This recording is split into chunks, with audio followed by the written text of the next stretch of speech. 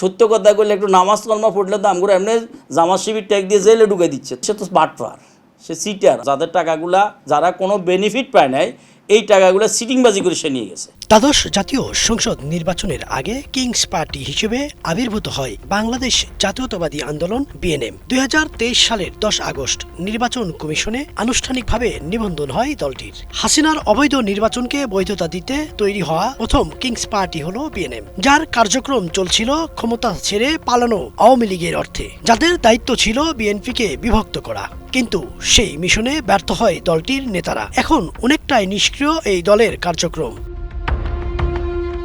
দলটির নেতৃত্বে অন্যতম ভূমিকা রেখেছিলেন দলটির বর্তমান কো-চেয়ারম্যান ডক্টর কামরুল আহসান। তার বিরুদ্ধে উঠেছে প্রতারণা সহ নানা অভিযোগ। বিদেশে লোক পাঠানো কিংবা কোম্পানির শেয়ার দেওয়ার কথা বলে কোটি কোটি টাকা হাতিয়ে নেওয়ার অভিযোগ তুলেছেন ভুক্তভোগীরা। সমস্যা হলো, আমি সবার কথা বলি। কামরুল সাহেব এবং খায়রুল আলম বুকেট একদিন আমাকে রাত্রে 3টা পর্যন্ত তাদের ধামরাই ফুড, যে কামরুল ফুড ব্যবহার যেটা নিয়ে গেছে, একটাই কন্ডিশন করছে, যদি শুধুমাত্র আমার টাকা চাই, আমার কথা বলি, তাহলে আমার টাকা ব্যাক করব, আর কারো টাকার ব্যাপার কোনো কথা বলতে পারবো না। আমি এর আগে ওনার সাথে যতবারই কথা বলছি যে না, সবাই টাকা, কিন্তু ওনার কথা হলো যে আপনি আপনার টাকা চান। তো আমি তো দেখছি এটা করি উনি আলাদা বিভক্তি করা, আমার টাকার চিন্তা আমার ঢুকা দিয়েছে, আপনার টাকা আপনার, এভাবে করে বিভক্তিটা করি উনি টাকার বিষয়টা শেষ করছে। তা আজকে পর্যন্ত তার এখানে এর মধ্যে মাঝখান দিয়ে আমি দেখলাম জয়, আমাদের সাকিবুল হাসান বা বড় বড় মানুষদের সাথে বিভিন্ন সময় যায় থ্রেড। ও এই যে একটা পর্যায়ে আমি একটা অ্যাটেম্প নিতে গেছি ওনার বিরুদ্ধে, দিতে দেখা গেল কি জাভেদ পাটোয়ারি যে পুলিশের আইজি ছিল, হে না গে সাসা।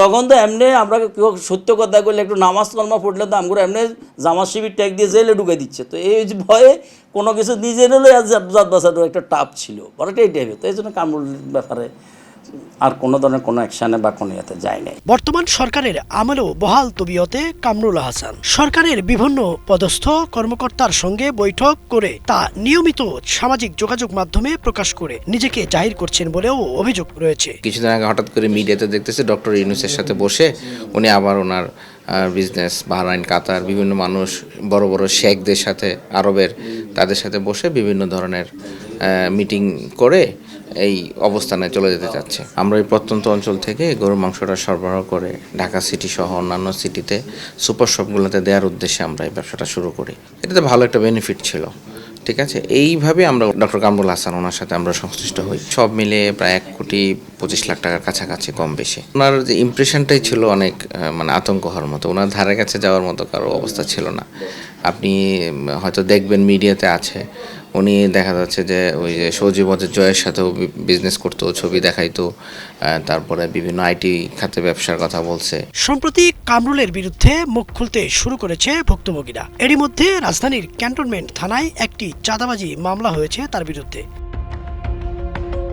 রাজধানীর শান্তিনগরের একটি বেসরকারি শিক্ষা প্রতিষ্ঠানের প্রতিষ্ঠাতা নূর আহমেদ খোকন। অভিযোগ, তাকেও নাকি পথে বসিয়েছিলেন এই কামরুল। খায়রুল আলম বুকেট হলো ওয়ান কাইন্ডস অফ লেসপেন্সার ডক্টর কামরুলের, দালালি আমি বলতে পারি।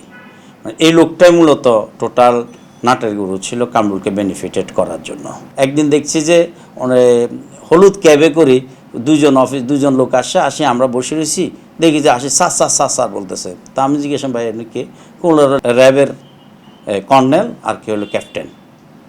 ঠিক এই টাইপের লোকজনগুলো ওনাকে, আমরা যখনই যে কোনো না কোনো পরিস্থিতি ক্রিয়েট হয়, মানসিক একটা টেনশনে পড়ে গেলাম, হঠাৎ করে আমি জবলেস, আমার এত বড় একটা মার্কেট, আমার পরিবার, শ্বশুর সব মিলে প্রায় 40 লক্ষ টাকা, এর বাইরে আরও 60-70 লাখ টাকা মানুষ পাবে, এইটা একটা প্রেশার আমি নিতে পারতেছি না। আমি টেনশন করতে করতে একসাথে অ্যাক্সিডেন্ট করে ফেলি। কামরুল সম্পর্কে জানতে চাইলে ক্ষোভ প্রকাশ করে তৎকালীন বিএনএম নেতা ব্যারিস্টার এম সারওয়ার হোসেন বলেন, কামরুল শুরু থেকেই একজন প্রতারক। তিনি সবার সাথেই প্রতারণা করে বেড়ান। আর্মিতে ছিল এক সময়, ক্যাপ্টেন অবস্থায় বোধহয় 4 সিটার অথবা ডিসপ্লেস, আমি জানি না। আর একটা ফ্রডে যদি ওই শাহজাহান যদি পায় 90, সেভাবে 89। যখন রাতের আধারে যে ইজে করল, সেইটা সে মুখ্য সমন্বয়ক সাথে ছিল। তখন আমাদের যখন সরাই গেছে, আমার জানা মতে ওর ওই যে ওই ইসিবি চত্বরে চাঁদাবাজি করছে, ওখানে একটা মামলা হয়েছে তার নামে। একাধিকবার কল করা হলেও কামরুলকে পাওয়া যায়নি। তার বিরুদ্ধে আনিত অভিযোগের দায় দল নেবে কিনা জানতে চাইলে বাংলাদেশ জাতীয়তাবাদী আন্দোলন বিএনএম চেয়ারম্যান শাহ মোহাম্মদ আবু জাফর বলেন, বর্তমান আপনার দলে কি হিসেবে আছেন? না, আমি ওই দলে নাই এখন, আচ্ছা আচ্ছা আমি বেরিয়ে আসছি, কারণ ওদের সাথে আমার কিছু কিছু দ্বিমত হচ্ছিল। কামরুল হাসান চেয়ারম্যান ছিলেন আমার দলের। আচ্ছা আচ্ছা ওই ডাক্তার কামরুল সাহেব আর নাই? আছে, উনি নিয়েই আছে। আচ্ছা আমি চলে আসছি ওখানে। আচ্ছা ওনার বিরুদ্ধে বেশ কিছু অভিযোগ, বুঝছেন, ব্যবসায়িক বিদেশে পাঠানোর কথা বলে তার বিরুদ্ধে সম্প্রতি ক্যান্টনমেন্ট থানা একটা চাঁদাবাজির মামলাও হয়েছে। এ বিষয়ে জানতেন নাকি আপনি? না, আমি ওটা ব্যবসা বিদেশে লোক পাঠা হইতে জানি, জি। মামলা হইতে সেটা জানি না। ইদ্রিস আলম, বাংলা ভিশন, ঢাকা।